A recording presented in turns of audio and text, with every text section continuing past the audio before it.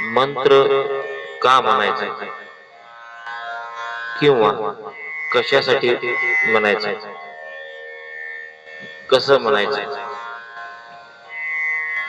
Main विषय. आपण रोज मंत्र म्हणतो, जप करतो, तरी मानसिक समाधान मिळत नाही का? तर महाराज मागचा विषय वेगळा आहे. मंत्राचं काम फक्त आपल्या शरीरामध्ये, डोक्यामध्ये, मेंदूमध्ये एक डोपामाइन म्हणून रस असतो, रस केमिकल असतो, तो फक्त आपल्या शरीरामध्ये फवारणी करत असतो. पण त्यासाठी आपल्याला शरीर आपलं त्या लेवल घेऊन ठेवावं लागतं. जसं गाईला पिळताना आपण पाण्यात येण्यासाठी वासरू सोडतो किंवा प्रक्रिया काय काय करतो, तसं आपलं मन तो रस सोडण्यासाठी, भक्ती रस किंवा डोपामाइन केमिकल सोडण्यासाठी मंत्र गरज आहे.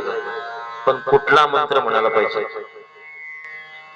आपल्याला जो आवडतो तो मंत्र म्हणायचा. उदाहरणार्थ म्हणताना एकाग्रता पाहिजे, मन शांत पाहिजे. आपण कुठं बसलोय, काय करायला, मी कोण आहे, सगळं विसरायला पाहिजे. डोळे शांत मिटा आणि अनुभव घ्या. आपण 5 मंत्र म्हणणार आहोत. तुम्हाला कुठला मॅच होते बघा.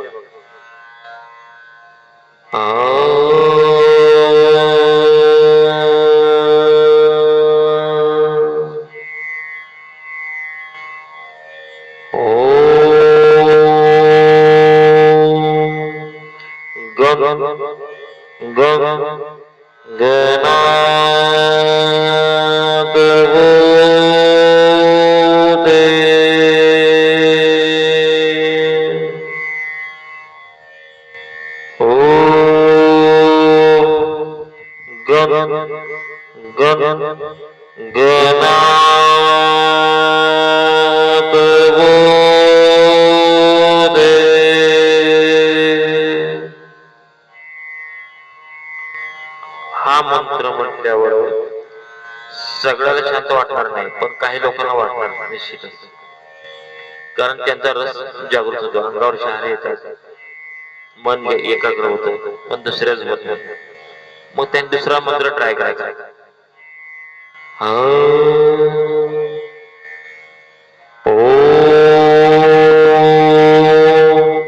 नमः शिवाय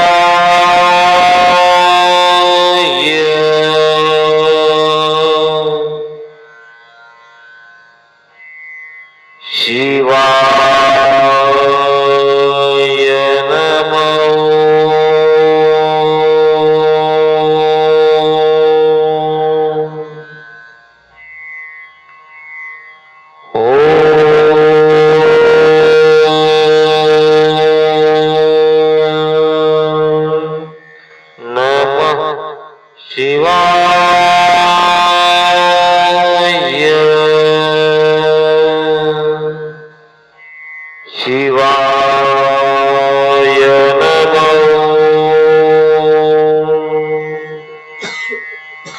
मंत्र असा म्हणायला पाहिजे की पूर्ण शरीर शांत व्हायला पाहिजे, डोकं शांत व्हायला पाहिजे, मी कोण आहे, मी काय करायलो, सगळं विसरायला पाहिजे, तर त्याचा फायदा आहे. नाहीतर काहीच उपयोग नाही. मग तुम्ही 1000 म्हणा, 1000 म्हणा, 5000 मंत्र म्हणा, काहीच उपयोग नाही. केमिकल रिलीज व्हायला पाहिजे, भक्ती रस असं शरीरात व्हायला पाहिजे की पूर्ण शरीर फवारणी व्हायला पाहिजे. श्री स्वामी समर्थ.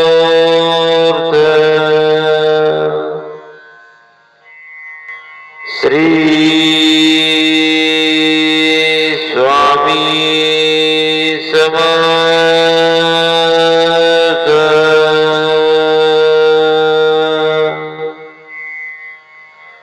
श्री स्वामी समर्थ.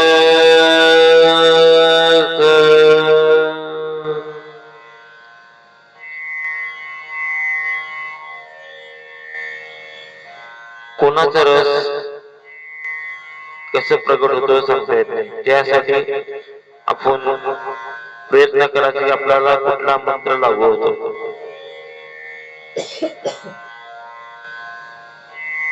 आपल्या मनाला शांतता,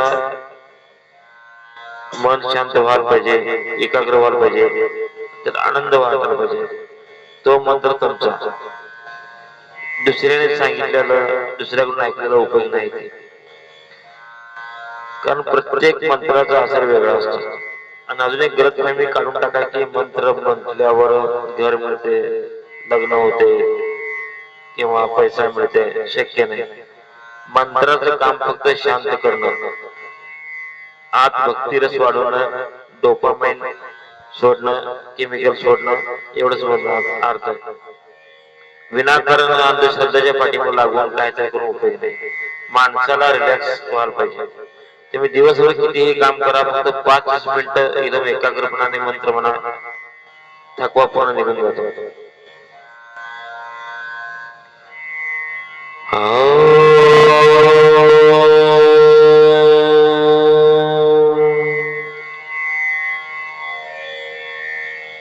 आता बघा, मी फक्त देवीचं नाव घेतो, कसं वाटतंय बघा तुम्हाला.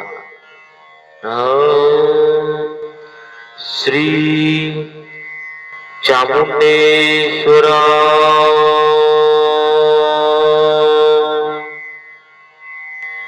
श्री चामुंडेश्वरी,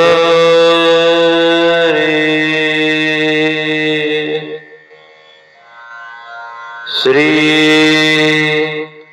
लक्ष्मी माता,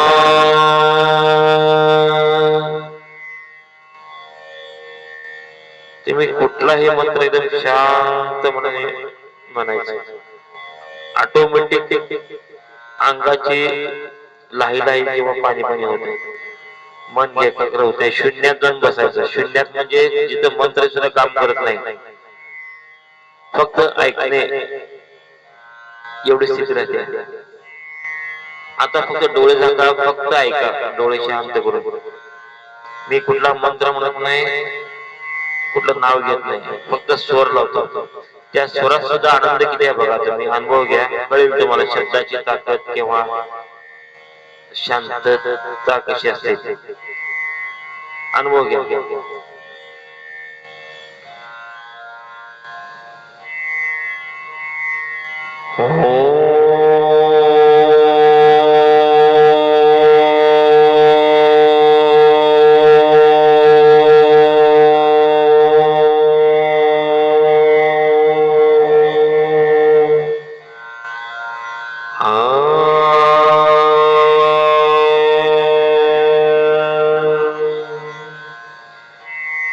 जे नास्तिक आहेत त्यांच्यासाठी मंत्र आता सारे गम प मधलं फक्त 6 स्वर होतो. 6 सा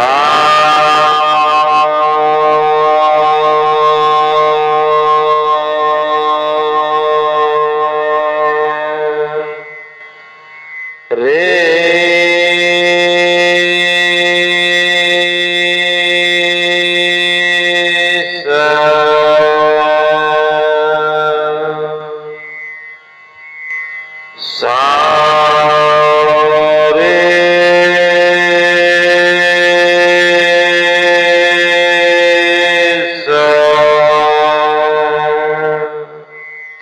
याचा अर्थ शब्द कुठलाही असू दे, फक्त शांत पाहिजे, मन शांत पाहिजे, तो काम करणारच. आस्तिक असो नास्तिक असो, फक्त आपल्या शरीरामधलं आपलं डोपामाइन केमिकल ओपन करायचं, म्हणजे भक्तिरस ओपन करायचं.